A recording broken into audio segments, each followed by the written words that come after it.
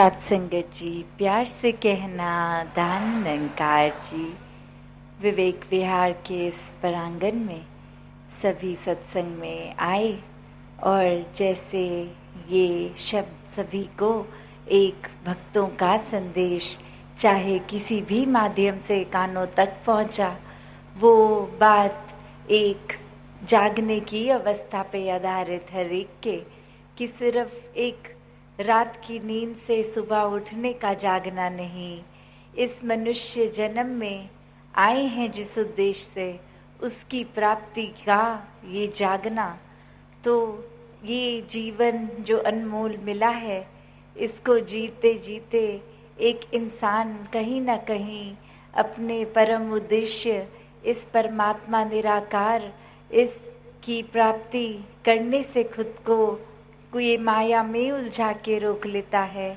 तो कैसे ये जीवन का उद्देश्य यही कि अपने काम काज रोज़मर्रा की ज़िंदगी सब मुबारक, पर प्राथमिकता इस परमात्मा को सब कार्य करते करते हर समय दी जाए। और ये परमात्मा फिर एक वैसा परमात्मा नहीं जो अंदाजे से अपनी कल्पना से कुछ अपने अनुसार बना लिया गया। ये वो परमात्मा जो हमेशा रहा है, हमेशा से है, हमेशा रहेगा और अभी भी हर समय है, हर जगह है। तो ये जो परमात्मा के दर्शन जैसे सत्संग में भी सुन रहे थे कि हर धर्म ग्रंथ युगों युगों से भक्त संदेश दे रहे हैं कि जीते जी जाग जाओ और ये खुद अपने जीवन में ये महसूस करो, ये देखो, हर समय इसको देखो। तो ऐसा जीवन जीने के लिए ये जागरूकता, ये आवाज़ की ब्रह्म ज्ञान द्वारा जीवन में निराकार के दर्शन करके हर समय के भक्त बन जाओ, हर समय के भक्ति कर लो। जैसे ये जगह का नाम भी विवेक विहार, तो ये विवेक, ये बुद्धि, ये हर इंसान में जिस तरह भी है तो उसका करना क्या है, इसको एक चेतनता की तरफ लेके जाना है, सदुपयोग करना है, या सिर्फ एक दिमाग को हमेशा नेगेटिविटी की ओर ही रखना है। जो कुछ देखना है उसमें से सिर्फ बुराइयां ही स्कैन करके छांट के निकालनी है, या फिर एक दिमाग को पॉजिटिव डायरेक्शन की ओर भी लिया जा सकता है। एक अपनी सोच में इस परमात्मा को शामिल करके अपनी सोच भी खूबसूरत की जा सकती है। कैसे अपने जीवन में हर जगह, जब हर समय किसी भी सिचुएशन में जब एहसास परमात्मा का आता है तो मन अपने आप एक सुकून का एहसास करता है। तो ये भी कोई सुविधा अनुसार परमात्मा का एहसास पर का एक वो न रहे, उस तरह की दिमाग को ऐसे ट्रेन किया है कि पूरे दिन तो मुंह से सुमिरन नहीं निकल रहा, अचानक कोई एक अगर जा रहे हैं, कोई रास्ते में कोई ठोकर लग गई और अचानक मुंह से तब तू ही निराकार निकल रहा है।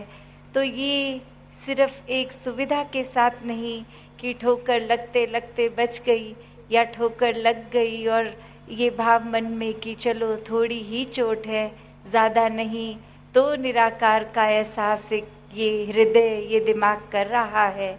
ये तो एक ठोकर लगे ना लगे, एक भाव मन से, शब्द मुँह से तू ही निराकार के हर समय के होने चाहिए।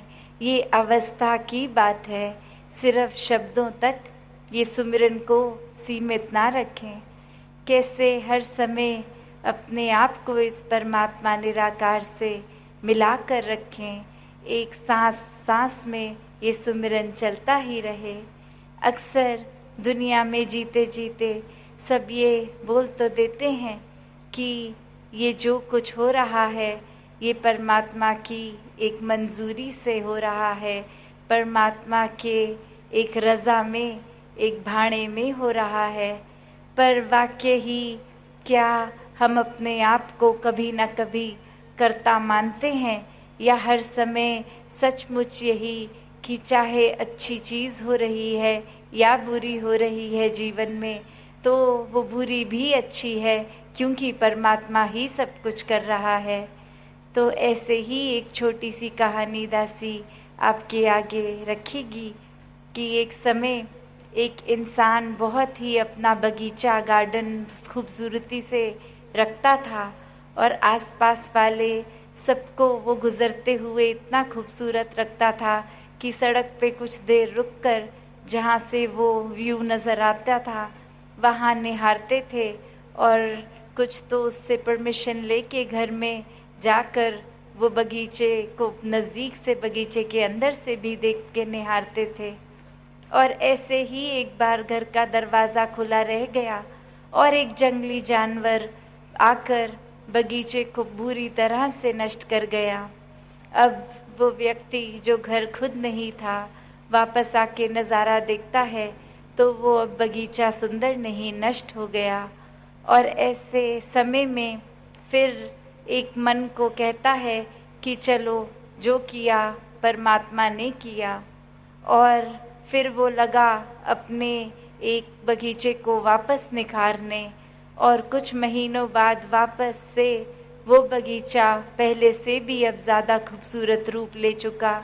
और अब एक व्यक्ति जो कि पिछले काफ़ी समय से रोज़ाना घर के आगे से निकलता था पहले भी, और जब अवस्था बगीचे की ठीक नहीं तब भी और अब भी, तो एक बार उस व्यक्ति को बोलता है कि इतना सुंदर बगीचा, ये आपने इसको एक निखारा है, आपने संवारा है। तो उस समय वो व्यक्ति के मुंह से ये शब्द निकले, हाँ जी, मैंने ही इस बगीचे को खूबसूरत बनाया है। तो बात क्या ये अवस्था में कि जब कुछ बुरा हुआ तो ये चलो जंगली जानवर आया बगीचे को नष्ट कर गया, ये तो बुराई का परमात्मा का एक श्रेय दे दिया गया। और जब एक क्रेडिट, एक कोई तरह से एक मुबारकबाद मिल रही है, एक अच्छाई के लिए रिस्पॉन्सिबल जिम्मेवार मन पे थोड़ी सी तारीफ हो गई, तो फौरन ही हाँ जी, ये बगीचा तो मैंने खुद निखारा संवारा है। तो एक बात वो नहीं कि मन में सिर्फ बुराई का समय ही परमात्मा को श्रेय दिया जाए। हर पल अच्छा समय जैसा भी ये परमात्मा की रज़ा में, और तब भी करने वाला ये परमात्मा ही। तो जीवन में हर कोई जहाँ ऐसे तो बोल लेता है कि मोह को कहाँ ढूंढे रे बंदे, मैं तो तेरे पास हूँ। पर एक कैसा पास, ये क्या सुना हुआ पास या खुद अपनी नज़र से देखा गया पास, कण कण में दिखता हुआ ये पास, या फिर एक सिर्फ समय में कुछ फ़ायदा नुकसान इत्यादि के रूप में तब वो पास या दूर है। तो बात वो कि ब्रह्म ज्ञानी तो खुद पहले इसको देखकर ब्रह्म ज्ञान द्वारा ही इसको फिर करीब महसूस करते हैं, और फिर ऐसी करीबी जो हर समय 24 घंटे की करीबी है, ये एकमिक अवस्था, फिर परमात्मा और मन में अपने कोई फ़र्क भी नहीं, ये आत्मा परमात्मा का एकमिकता होना, ये आत्मा की जन्मों की भटकन दूर होनी उस क्षण। तो कैसे एक जीवन में आत्मा परमात्मा का मिलन, हर समय ये मौजूदगी, फिर ये फ़र्क नहीं कि शरीर में श्वासें चल रही हैं तो भी परमात्मा से मिले हुए हैं, और जब इस परमात्मा ने ये श्वास बंद कर दी, शरीर से आत्मा का विछोड़ा हो गया, तो भी ये आत्मा परमात्मा से एकमिक होकर एक भ्रमलीन अवस्था। तो कैसे हर कोई अपने जीवन में हर समय के लिए जितना ज़्यादा इस परमात्मा में खुद को रचे, उतना ही ये रंग गहरा चढ़ता है। ये भक्ति भी उतनी ही फिर प्यार में डूबकर इस परमात्मा के एहसास में रहकर हर समय की हो जाती है। कैसे अपने जीवन में फिर एक सोचना नहीं पड़ता, या किसी समय किसी के शब्दों से मन में इमोशंस और प्रभाव के कारण कोई भक्ति की अवस्था बदलती नहीं है।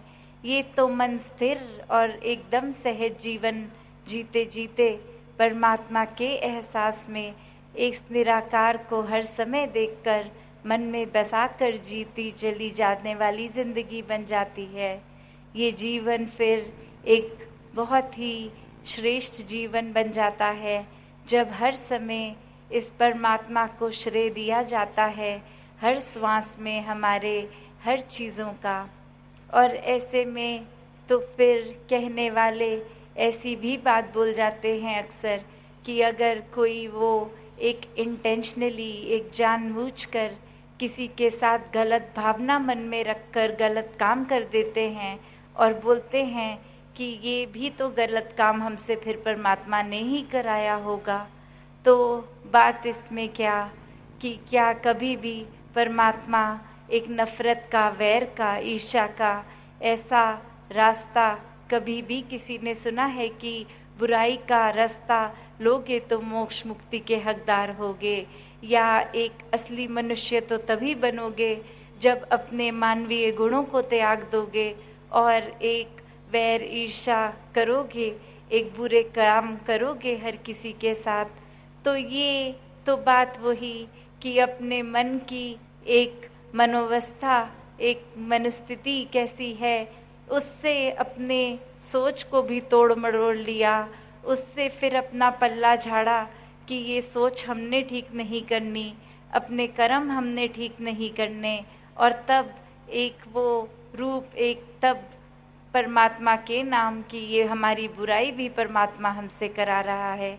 तो ये यहाँ पे चेतनता की ज़रूरत, इस विवेक की ज़रूरत कि कैसे एक किस रास्ते जाना है, ये परमात्मा की सिखलाई, ये कर्म अपने कैसे बनाने हैं।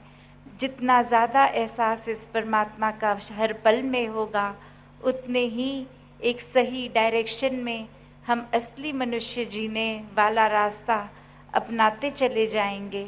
हर पल एक अपने असली मनुष्य होने का प्रमाण देंगे।